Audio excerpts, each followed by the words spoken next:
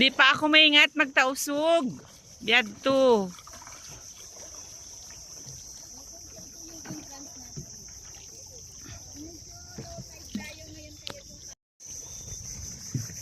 Nin.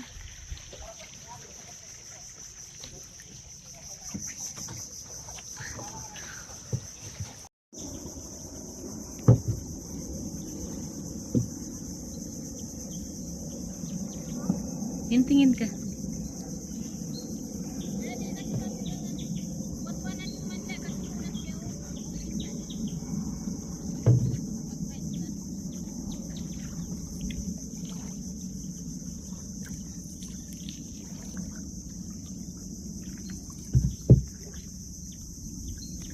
Yung sa front ng beach area, may isang island doon, yun pong tinatawag natin Little Santa Cruz Island.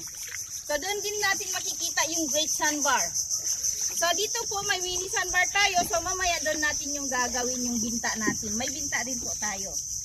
So ako nga pala si Nor Aiza po ang inyong community tour guide. Then yung mga paddlers natin, sila yung magtutour sa atin sa Lagoon area. So in area about 2 families po yan. So dyan na sila naghati-hati sa mga payment po natin.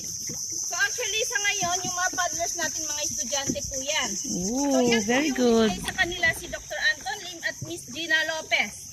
So ito po yung mga yellow boat natin. Sila yung priority dito magdala sa mga yellow boat. Okay. Yan. Okay, so yung tools namin sa Mabangi, pero yung ginagamit namin lang is Tauso. Kasi doon kami nagkaintindihan. Pero mix po kami dito sa community. May mga Christian din po naman yan. So ang sukat ng lagoon entrance po natin is more than 182 hectare. Yan po yung laki ng lagoon area po natin. Pero 1/4 lang po yung pwede natin pasyalan. Kasi pag liliputin natin ito lahat, baka abutin na tayo dito ng dilim. So sobrang lawak ng lagoon area po natin. Okay, so we are surrounded by mangroves pero may 2 dominant species po tayo. Yung tinatawag natin babait lalaking bakawan. So for LGBTQ wala pa po yan. So siguro pagbalik natin meron. So if your mind is running around, wala tayong buhaya dito. Kaya safe na safe tayo sa lagoon area. Ahas lang. Pero may sea snake tayo. Ooh, Ayun po, Janin. sinasabi ko, karamihan dito is walu-walu. Okay, dito tayo mag-stop.